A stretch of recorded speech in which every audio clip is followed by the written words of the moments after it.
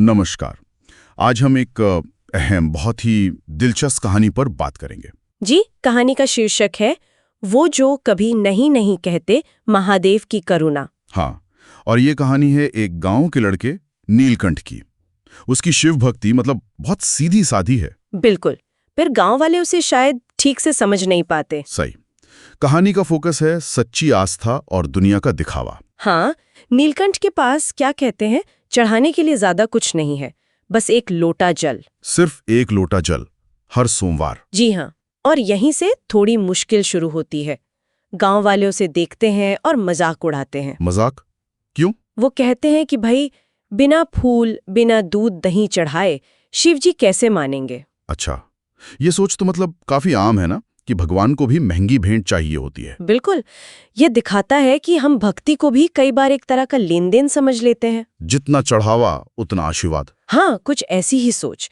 और नीलकंठ का वो सादा सा जल, वो इस पूरी धारणा पर ही एक सवाल है। उसका विश्वास क्या था फिर?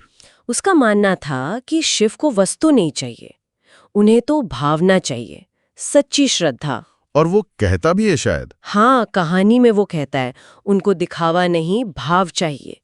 ये लाइन तो जैसे पूरी कहानी का सार है। भाव चाहिए।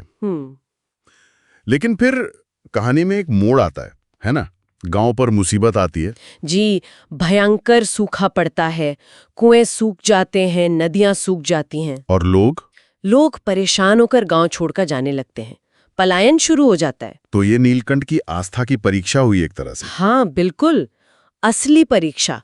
सब कुछ सूख रहा है, पानी की किल्लत है, पर नीलकंठ वो अपना नियम नहीं तोड़ता। मतलब सूखे में भी? हाँ, उसी सूखे में भी वो हर सोमवार शिवजी को जल चढ़ाना जारी रखता है। जरा सोचिए, जहां पीने का पानी मुश्किल हो वहां वो जल चढ़ा रहा है। गांव वालों को तो ये और भी अजीब लगता होगा। जरूर लगता होगा, पर यहीं पर कहानी का चमत्कार होता है। चमत्कार कैसा?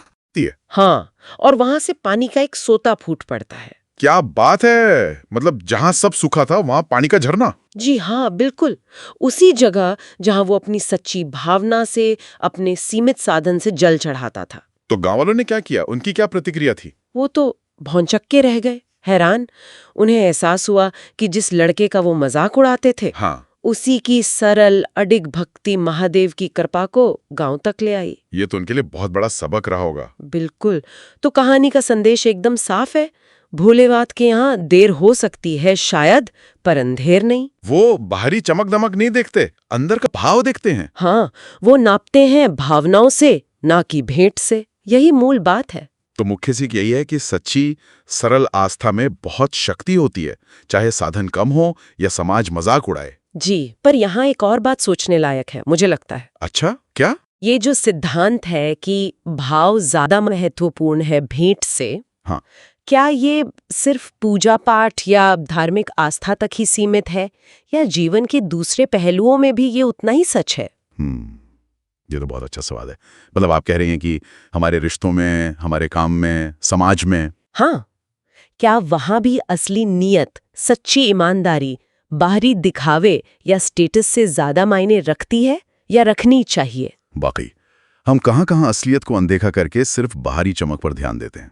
ये सोचने वाली बात है। बिल्कुल, ये कहानी हमें इसी तरफ सोचने को उकसाती है। सही कहा।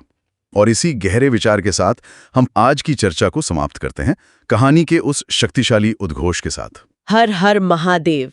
हर हर महादेव।